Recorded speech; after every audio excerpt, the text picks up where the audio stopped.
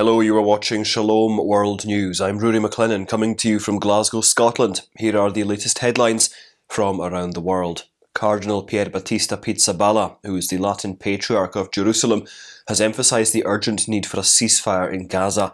In an interview with Vatican News' Federico Piana, he highlighted the possibility of achieving a ceasefire, emphasising that the key missing element is the collective will to make it happen. Patriarch Pizzaballa expressed deep dismay over recent tragic events in Gaza, particularly the violence that occurred during humanitarian aid distribution. He described the dire conditions in the Strip, including food scarcity, limited access to clean water, and a shortage of essential medicines, which are exacerbating the humanitarian crisis. Despite these challenges, Patriarch Pizzaballa noted that there is still hope and faith among the local community in Gaza. He observed their resilience and efforts to organise and help one another amid the crisis. During the commencement of his visit to the United States, His Beatitude Sviatoslav Shevchuk, who is the head of the Ukrainian Greek Catholic Church, expressed gratitude to church leaders for their unwavering support. He conveyed his conviction that continued solidarity could lead Ukraine to victory over Russia. Major Archbishop Shevchuk inaugurated his week-long trip to the United States by addressing attendees at the Ukrainian Catholic National Shrine of the Holy Family in Washington, D.C. on March the 3rd. His itinerary includes meetings with church leaders and lawmakers and stops in Washington, D.C., Philadelphia and New York. The bishops of Ireland have raised grave concerns over twin referendum polls taking place on International Women's Day that would possibly remove the words woman and mother from the Constitution.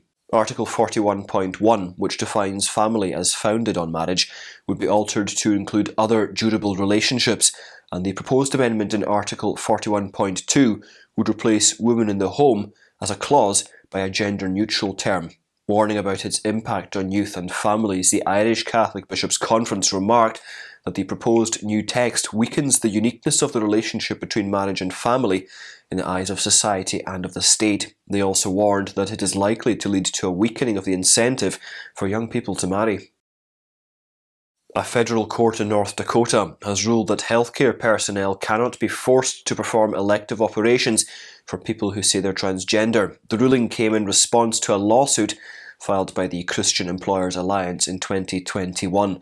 The court concluded that rules from the Equal Employment Opportunity Commission and the Department of Health and Human Services mandating coverage for gender transition procedures would violate the Alliance's religious convictions. Emphasising the significance of maintaining religious freedom, the court condemned the government for enforcing regulations that ignore faith-based concerns.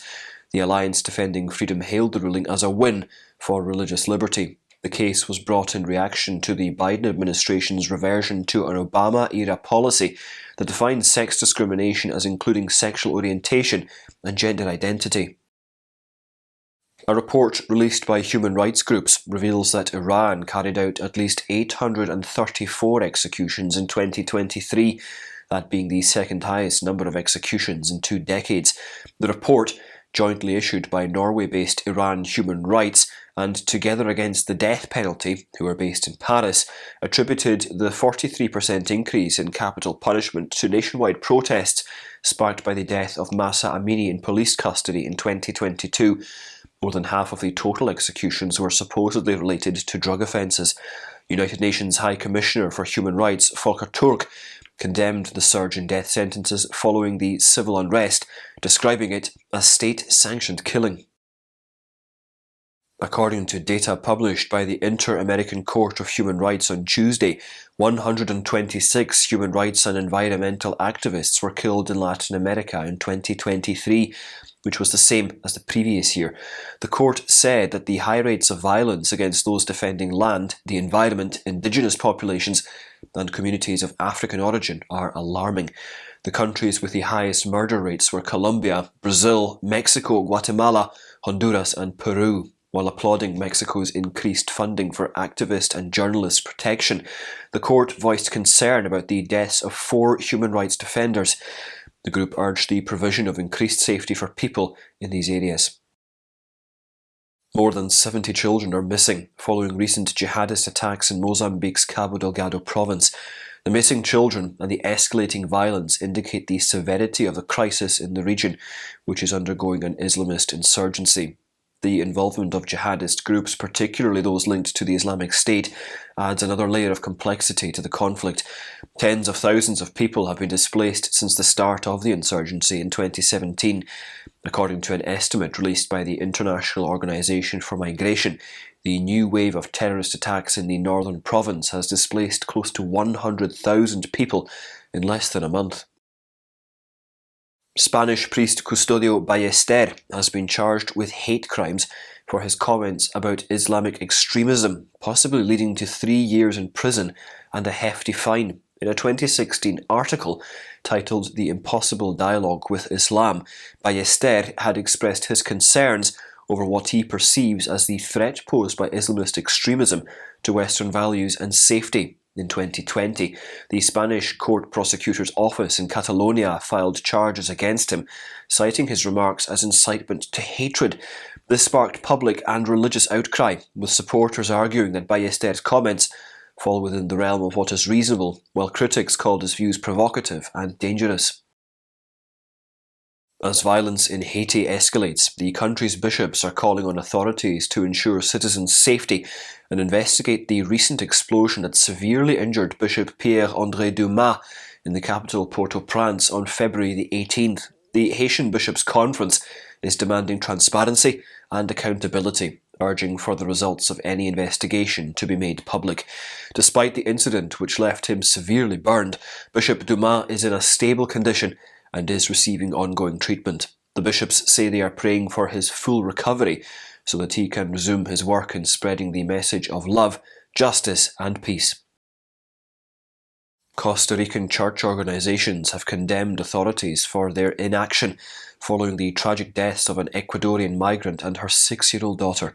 The spot where the incident occurred is a known pathway for criminal organizations smuggling migrants north to the United States. Father Luis Carlos, a coordinator with the Latin American and Caribbean Ecclesial Network on Migration, Displacement, Refuge and Human Trafficking in Costa Rica, described their deaths as indicative of a broader migrant crisis in the country. Church organizations have been augmenting their efforts to assist migrants with the recent establishment of a centre by the Jesuit Migrant Service at the southern border, where nuns from various congregations are actively involved. Collaborations with other Christian denominations are also gaining momentum. Pope Francis has appointed Monsignor Shane Kirby as the substitute promoter of justice of the Supreme Tribunal of the Apostolic Asignatura. On March the 5th, the Holy See Press Office announced the appointment of the priest to the position. The Apostolic Signatura, which functions as the Church's Supreme Tribunal, works to ensure that justice is correctly administered in the Church. Monsignor Kirby, who hails from the US state of Pennsylvania, succeeds German Father Matthias Ambrose. The Archbishop of Valladolid in Spain, Luis Arguello, has been elected as the new president of the Spanish Episcopal Conference, succeeding Cardinal Juan José Omeya of Barcelona. As a young man, Arguello studied law at the University of Valladolid and was involved with the Spanish Socialist Workers' Party and Christian democracy. He underwent a spiritual transformation, however, in the early 1980s, and at the age of 30, he entered the Diocesan Seminary of Valladolid. He was ordained a priest in 1986. In 2016, he was consecrated as the auxiliary bishop of the Archdiocese of Valladolid and was raised to the position of archbishop in 2022. As the new leader of the Spanish bishops, he will coordinate the efforts of his fellow bishops in various priority areas. And those are your latest headlines. Do join us again next time for more. And do remember, you can always go to swnews.org for more updates. Shalom.